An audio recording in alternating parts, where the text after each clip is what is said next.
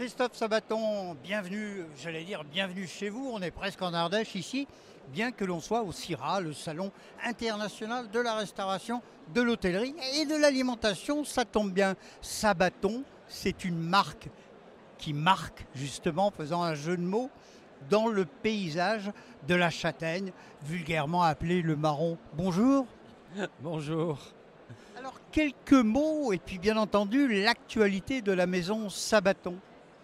Alors sur la maison, on a des spécialités dans la transformation des châtaignes ardéchoises essentiellement. On a toujours transformé les produits agricoles locaux. On a aussi fait des myrtilles et aussi d'autres fruits. Mais c'est la châtaigne qui vraiment on s'est spécialisé dans ce fruit emblématique qu'on transforme en crème de marron, en pâte de marron pour la pâtisserie, marron au sirop, marron glacé, enfin sous toutes ses formes.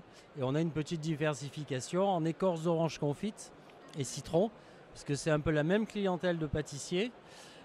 Et c'est un fruit confit comme le marron glacé, la même clientèle, et c'est décalé dans le temps. Donc après la saison des châtaignes à l'automne, on va enchaîner dans l'épluchage de citron et d'orange pour faire des écorces confites pour les chocolatiers.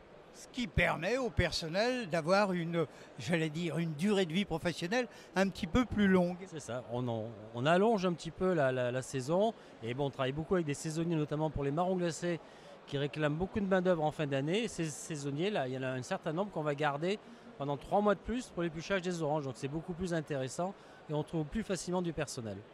J'ai eu l'occasion de voir la fabrication justement des marrons glacés, mais c'est un travail de titan et de longue haleine, hein. Plusieurs fois dans le sucre et compagnie, et puis jusqu'à l'emballage qui se fait manuellement. Oui, effectivement, il y a énormément d'opérations. Il y a d'abord la sélection des variétés et le calibrage pour avoir quelque chose de bien régulier. Après, il y a l'épluchage qui est déjà très complexe, qui est fini à la main.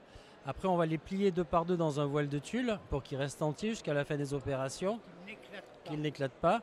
On va les cuire à l'eau et après, on va les tremper dans des bains de sucre de plus en plus concentrés. C'est une opération qui va durer 2 jours, 48 heures. Ça se fait quoi, dans des autoclaves, autant que je me souviens? Oui, c'est ça, c'est des autoclaves. C'est des grosses marmites où il y a un sirop qui va tourner autour du fruit très longuement. On va le concentrer très progressivement. Ensuite, il y a encore un repos des fruits dans leur sirop pour vraiment qu'ils soient tous au même équilibre, parce que le taux de sucre est très important. S'il y en a trop, c'est trop sucré. S'il n'y en a pas assez, le marron va mal se conserver. Donc c'est une phase très importante. Après, il y a le dépliage, puisqu'on l'a plié, on le déplie. À ce moment-là, on le trie. Donc c'est des petites mains qui vont les regarder dessus-dessous pour être sûr que le marron est de premier choix. Et après, on peut enfin passer au glaçage. Donc c'est un enrobage d'un mélange de sucre glacé d'eau qui va donner son aspect brillant, croustillant. C'est un peu la finition avant l'emballage sous papier doré, encore une fois à la main. Donc ça fait 4 fois le marron est pris et vérifié à l'épluchage, pliage, dépliage, emballage. Donc ça fait beaucoup de gens qui s'occupent qui font nécessaire pour faire une boîte de marron glacé. Monsieur Sabaton, vous avez oublié la dernière étape, la dégustation. Ah bah, c'est pas moi qui les déguste tous, moi je les fabrique, hein.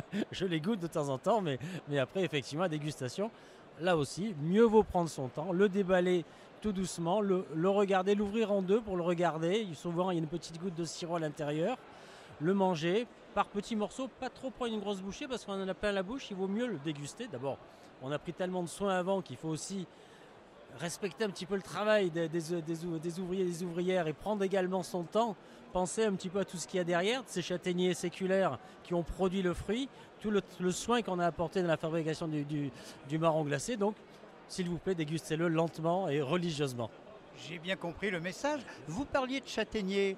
Il y a des époques où il y avait des petites bêtes qui venaient un peu vous embêter sur les châtaigniers. Est-ce que tout cela s'est calmé? Oui, tout à fait. On a eu un nouvel insecte, le cynips, qui est arrivé en 2015, qui est arrivé d'Asie via l'Italie et qui a effectivement amputé les récoltes 2015-2016.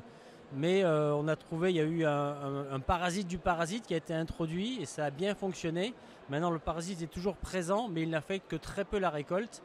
Et comme ils l'ont eu en Chine, puisque c'est un parasite qui est chinois au départ, on vit avec ce parasite qui va peut-être aura des cycles, va peut-être faire un petit peu de dégâts. Mais normalement, en tout cas ces dernières années, on a eu des très belles récoltes et c'est encourageant.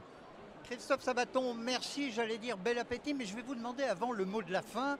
Et à Lyon, on n'est pas très bon parce que le mot de la fin, on l'écrit FAIM. Vous auriez envie de manger quoi à cet instant, ici au cœur du Syrah de la crème de marron, des oranges confites, des marrons au sirop. Quoi d'autre encore? Il y a tellement de jolies choses chez vous. Vous avez envie de quoi, Christophe Sabaton?